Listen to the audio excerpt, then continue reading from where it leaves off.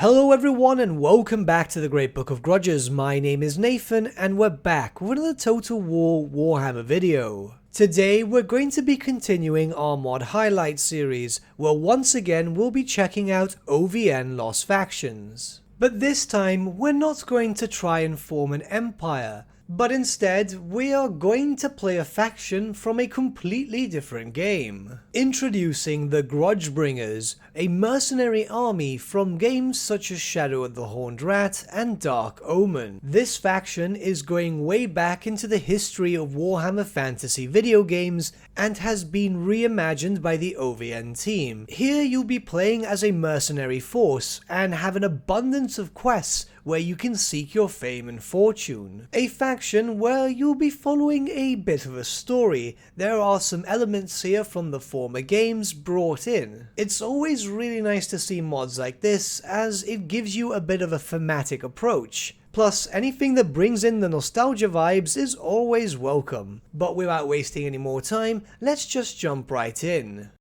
You'll start your campaign near the end of the Badlands in what used to be the Kingdom of the Strigoi. Here you're surrounded by a multitude of enemies, mostly greenskins and tomb kings to your south. You are relatively alone and start far away from your allies the Empire, with a relatively small army. In such hostile territories, a simple mistake could be the end of your campaign, so think twice on who you declare war on, and obviously make sure that you can handle your possible enemies. Your faction effects are as follows: diplomatic relations plus 25 with men, dwarfs and wood elves, upkeep plus 35% for all units in all armies, attrition minus 10% casualties suffered from all attrition, all armies again, and casualty replenishment is reduced by 20% for all armies.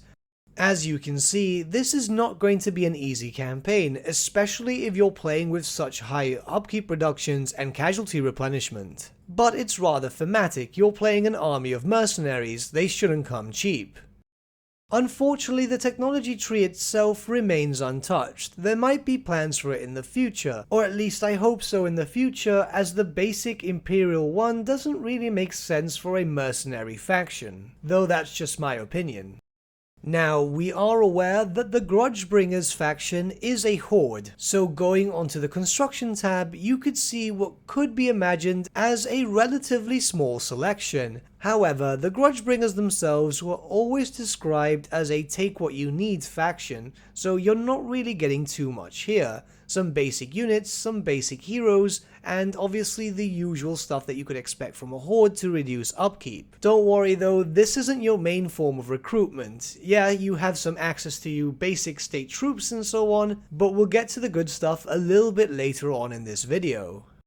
You may have noticed your starting army comes with some Regiments of Renown. These indeed are more of a unique type of special unit, almost like a hero being surrounded by their own battalion. So to make them more potent, they have a mechanic tied only to them, a unit upgrade mechanic which can be quite powerful, especially the plus 40 armor. With this, for example, your heavy infantry with 90 armor, your GRUDGEBRINGER infantry, will now have 130 armor, making them quite tanky. Your legendary lord and faction leader is that of Commander Bernhardt. Now, stat-wise, he looks rather interesting, because you can see a rather large amount of HP, and you might notice that below that he's got the title of GRUDGEBRINGER Cavalry.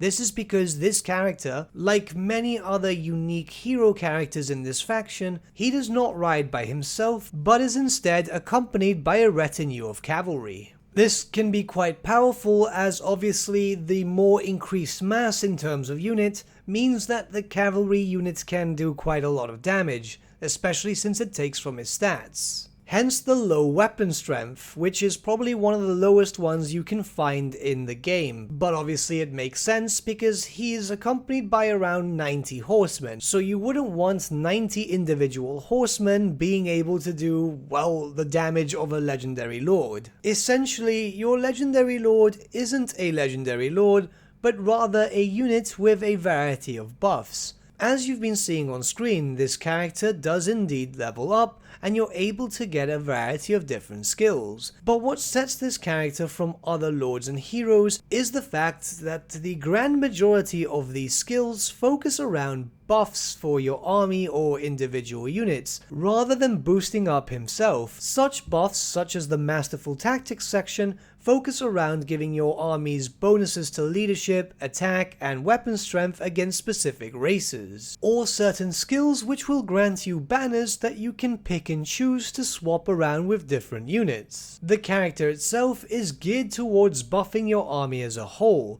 where you can indeed make your army a force to be reckoned with. You're not going to make this character a standout unit, instead he's going to be part of your army. It's going to feel like a full mercenary army is marching as one. However, a big thing to note is that his Grudgebringer sword unique item provides a breath weapon which can be used unlimited amount of times during a battle with a 90-second cooldown, which does both magical and fire damage and can be absolutely devastating to undead enemies or basic hordes.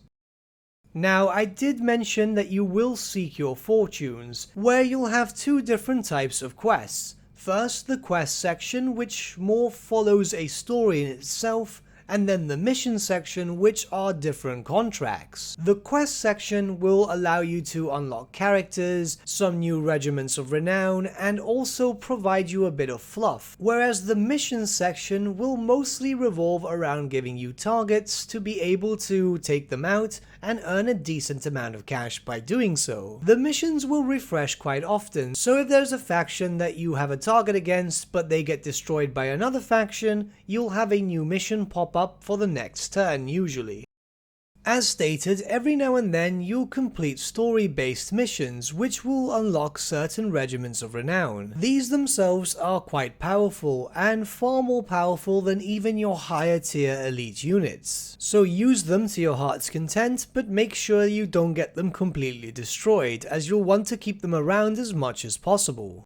When you conquer a settlement, you'll have the usual options: occupy, loot and occupy, sack and raise. However, a fifth option becomes available to you. This option will allow you to transfer your settlement, which will give you bonuses, gold, and usually a different type of unit each time. And by that I mean that the unit itself can be recruitable in a very similar sense to how Marcus Wolfhart gets his special units. So for example, in this clip we were able to recruit Huntsman after giving this settlement to the Empire. This will not always be the same and will vary from different settlements where you'll get different types of units. Every now and then you'll have an event where you'll be approached by a paymaster, and you'll be able to choose from hiring a new unit, getting increased casualty replenishment, which by the way is actually incredibly useful, hiring followers, which can also have a decent item, or also refusing it should you not have the cash. It's all really up to what you need at that given moment, though usually recruitment or unit replacements are the best way to go, unless of course a really powerful item appears. You will also notice some hero style characters which aren't really heroes. For example, the character that I've just unlocked, an elf Regiment of Renown unit which is a single entity. He's powerful enough by his own, don't worry, he doesn't really need any backup, but these things can be rather curious, and he is fairly decent.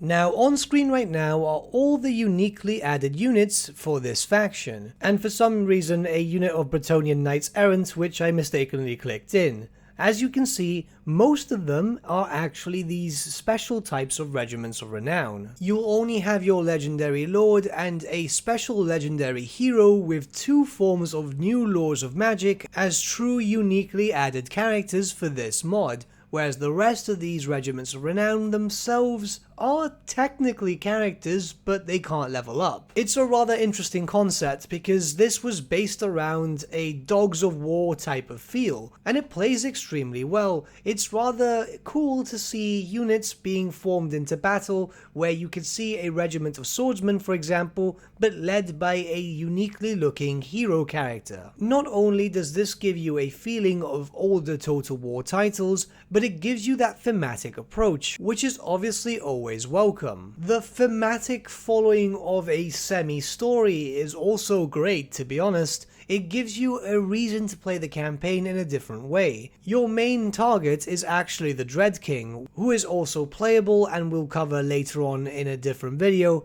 but this was an antagonist back in the days of the earlier game. So it's cool to see them both implemented and having this sort of feel towards that. It's nice to get a thematic approach. When mods come around that add in a story element, I am absolutely all over them. While Total War is indeed a sandbox game series, it's always kinda nice to have a bit of a thematic approach, even if it's just kinda minuscule. But with that being said, the mod itself works extremely well, and really my only issue I'd say is that of the technology tree. Other than that, everything else feels rather unique. It's one of those factions where you might see and then hesitate to play because of course they're a horde, but it's done in such a way that hordes end up being rather fun, even if it's just for this faction. Again, OVN Lost Factions proves to be a top tier mod for obvious reasons, and it's actually making me want to try and play Shadow of the Horned Rat once again. Like I said in the beginning of this video, it really provides the nostalgia vibe. I honestly wonder if it could run on my machine. But I do highly recommend this faction, especially if you want to try out a horde faction but don't want to play the standardized vanilla ones, which are, well, in all honesty, not that good. Plus, if you're used to the standard horde factions, this might be a new type of playstyle which would be very interesting to you. But with that being said, if you want to try out this faction, you can find a link to it in the description below. Bear in mind that the OVN Lost Factions will also require a few other sub-mods to work, all of which can be found on the mod page itself. And as always, if you know of any mods that you'd like to see me feature on the channel, you can suggest one in the comment section below, or may I suggest joining the official Great Book of Grudges Discord, where it's much easier to get in contact with me. But with that, my friends, we've come to the end of our video. Thank you so much for watching. If you did enjoy the video, might I suggest giving the video a like, or even subscribing to the channel, as it really does help us out.